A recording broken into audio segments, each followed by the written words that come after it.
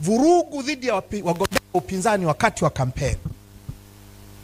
Hakuna, sidhani katika nchi hii, Mheshimiwa Lema mtanisaidia hapa na Mheshimiwa Heche, nani wa Chadema mgombea ubunge ambaye hakupelekwa kwenye kamati ya maadili kwenda kushughulikiwa?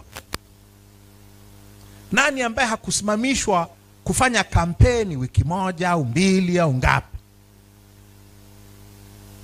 Nani ambaye hakuvurugwa na polisi, mikutano yake kuzuiliwa nini? Huyu Heche huyu, makao yake makuu ya kampeni alivamiwa, wakavunja vyombo vya matangazo, haribu magari, kamata mdogo wake, wakampakia kwenye gari, wakamchoma kisu, akafa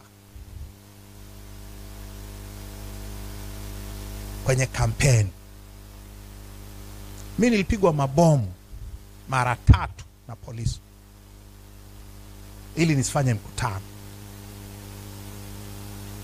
Nilizuiliwa kufanya kampeni siku 10. Wakati ule Magufuli kale ka pacemaker kake kalikuwa kanaleta shida, kwa hiyo inabidi wampepe hivi. Inabidi nami waniweke benchi kwa muda ambao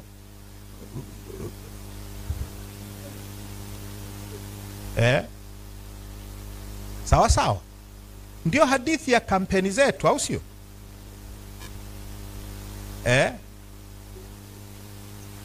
Vurugu dhidi ya wagombea wa upinzani wakati wa kampeni. Lakini kuna kitu cha kwenye kampeni ambacho hatukizungumzi sana, but it was deadly. Kuna kampeni za uchaguzi zisizokuwa na mabango. Nani aliyeweka mabango 2020? Nani? Mimi najua sikuweka hata moja. Mgombea gani aliyeweka mabango? Tulikutana na sheria sijui imetoka wapi katika halmashauri zote inayosema ukitaka kuweka bango ulilipie ushuru wa matangazo. Ushuru wa matangazo huo unalipwa kwa matangazo ya biashara, kwa watu wanaotangaza biashara zao. Sisi kwenye uchaguzi tunatangaza biashara gani? Na ushuru wa kulipia bango moja ni mkubwa kuliko gharama ya kulitengeneza bango lenyewe. Kwa hiyo hakukuwa na mabango ya wapinzani uchaguzi mzima.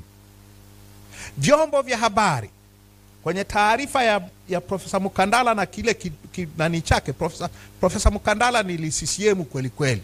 Yaani ni ling'ombe la CCM. Linahalalisha chaguzi zote za CCM tangu 95.